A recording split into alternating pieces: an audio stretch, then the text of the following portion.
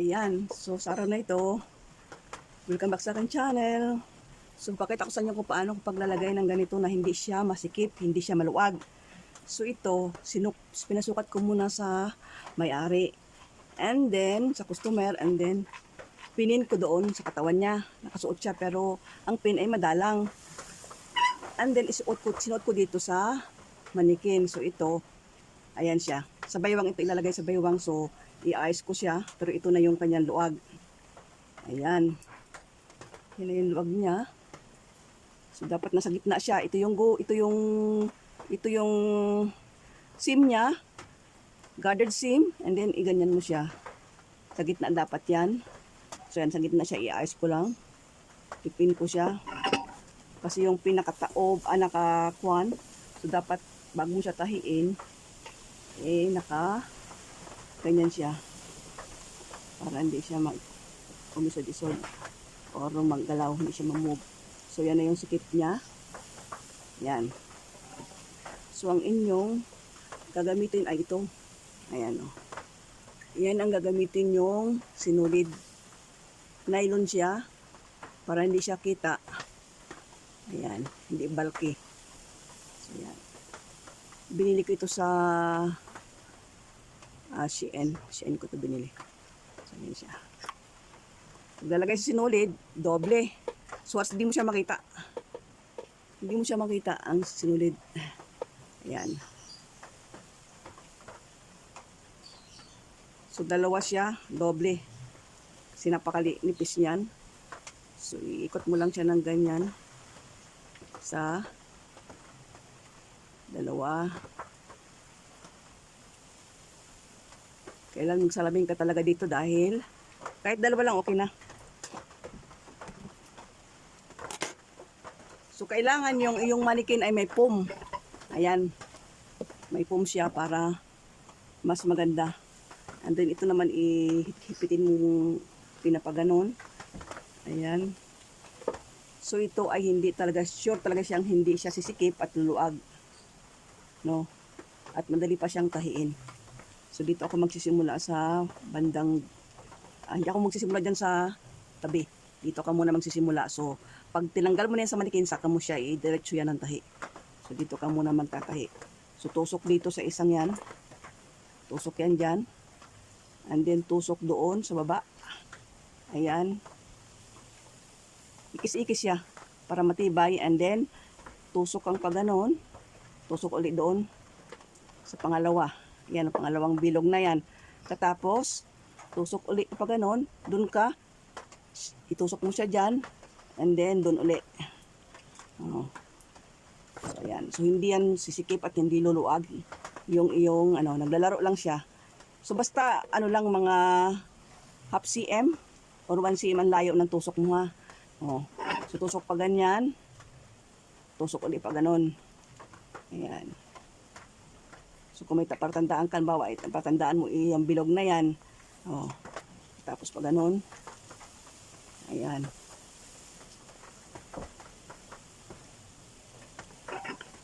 Madali lang siya. Kailangan ng teknik. Yan. And then ibuhol mo na kung konti na yung mo. Ibuhol mo na siya, 3 ganyan. And then yung ganyan, ang tusok uli. Paglabas doon, saka mo siya gupitin.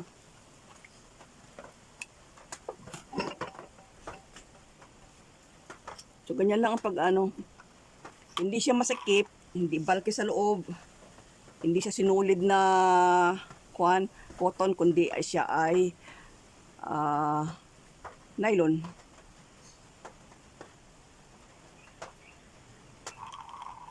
So ayan siya. So tutorial ko, tutorial kung paano pagtahi ng beads sequence sa damit, pag-decorate. Ako mismo gagawa ng design. Ayan. So, ko muna, singitan ko muna ng mga ganito ang aking mga video dyan sa YouTube. So, ayan. Pag sinabing tutorial, ibig sabihin, may nagsasalita, may nagtuturo. Ayan, ibig sabihin ng tutorial. So, ayan siya. So dito tayo so doon ulit tayo. Dito tayo nag-end, tutusok ulit tayo doon. Ayan.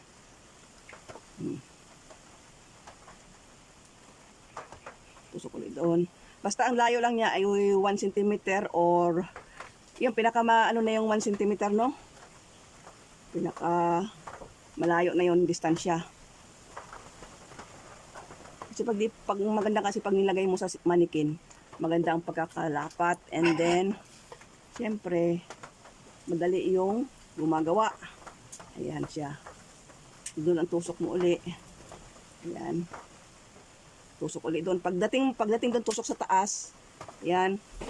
Tusok mo doon sa tapat. Pababa naman.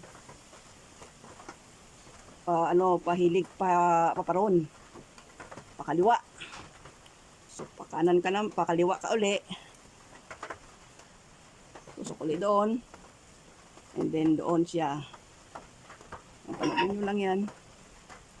Yan ang paglalagay. So hindi pwedeng maglagay ka ng ganyan nang wala sa manikin. Mas maganda ang nasa manikin para maganda ang lapat. Makikita mo talaga. So tulad nito ha. Ayan. Ito, pinin ko yan sa katawan niya. So tatanggalin ko at ipin ko dun sa gitna. Ayan. Diba? Para siya tuwid. So bali ko lang yun. Ang hirap naman kasi magpin sa katawan. So dinandahan ko lang. Basta lang nakita ko siyang hindi maluwag. And then hindi rin siya masikip. Relax yung kanyang relax pati yung pang-decorate muna ito.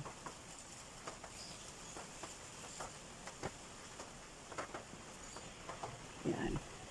Minsan na nagluluko yan, nagbubuhol-buhol yan eh. Kailangan ay yan. Siya. Uli. Tignan uli doon. So titingnan mo kung nasa gitna siya. Kaya dapat meron ka laging pin. Para yung gitna na yun, doon mo ilagay, tapat sa gitna na rin yun, oh. Sa seam niya. Ayan.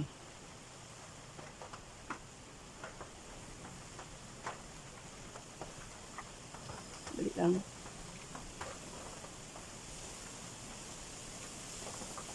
So kapag natapos ka na sa linyang yun, may nakapin pa siya doon. Kaya may nakapin pa siya doon. Tatanggalin mo dahil sasabit itong kwan. Sabit ito.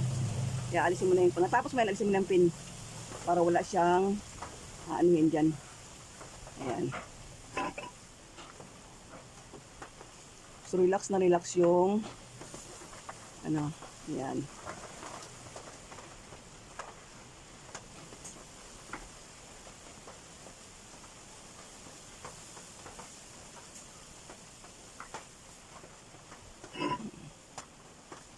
Dapat ganun siya. Yan. Ito yan. Pin mo dyan sa yan. Para hindi siya, parang straight na straight siya talaga.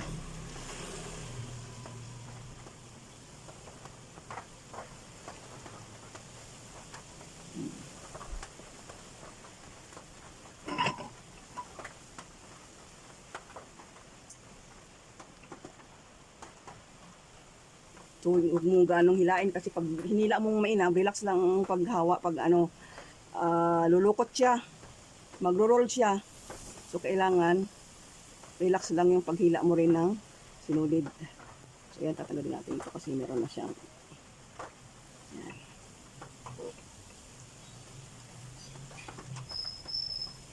Yan naman yan, ganyan natin siya.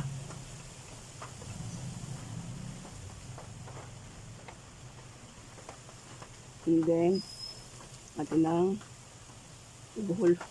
Kahit isang buhol lang siguro. Ayan. Kahit 3 talaga para maganda. And then, tusok doon. Ayan.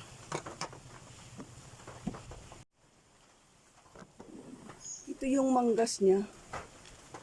Ayan. Tinahian ko rin sa kanyang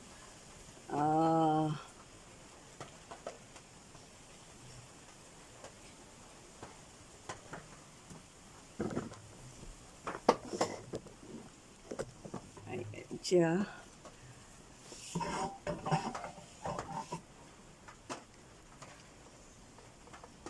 Sarap makita rin nyo kung paano ang paglalagay ng dekorasyon dyan sa pinaka-belt niya.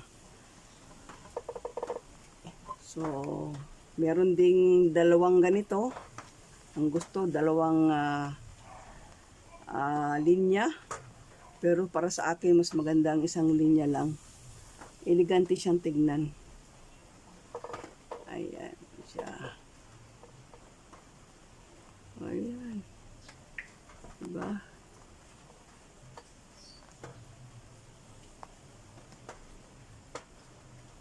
So, naisip ko kasi na, sabi ko, bakit ga parang lahat, parang pattern making yung aking so, ipakita ko rin sa inyo kung paano ko siya ginagawa pang pagpaganda ng damit.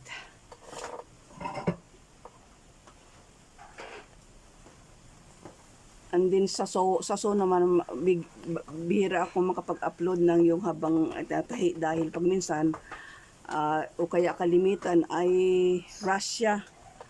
So, hindi ko na ipapakita kung paano magtahi. No? So, ito, medyo mahalaga ito. Kaya gusto kong ipakita rin sa inyo. So, ayan siya.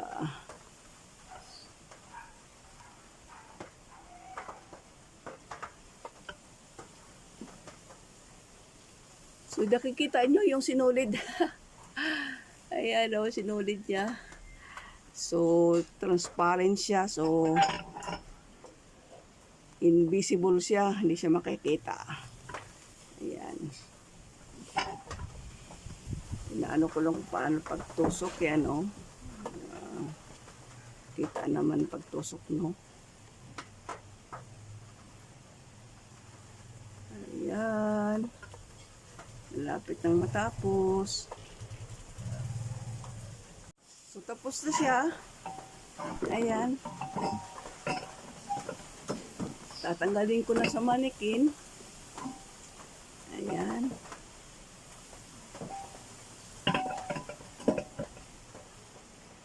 Bago kakabit ang manggas, no? So, kung bago pa lang sa aking channel, subscribe and hit the bell button para masiran ko kayo ng aking mga ginagawa at aking mga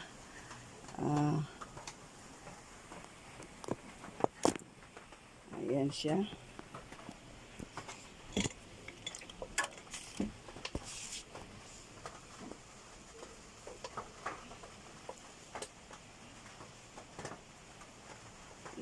May mga tips yan kung paano mo gagawin na hindi siya.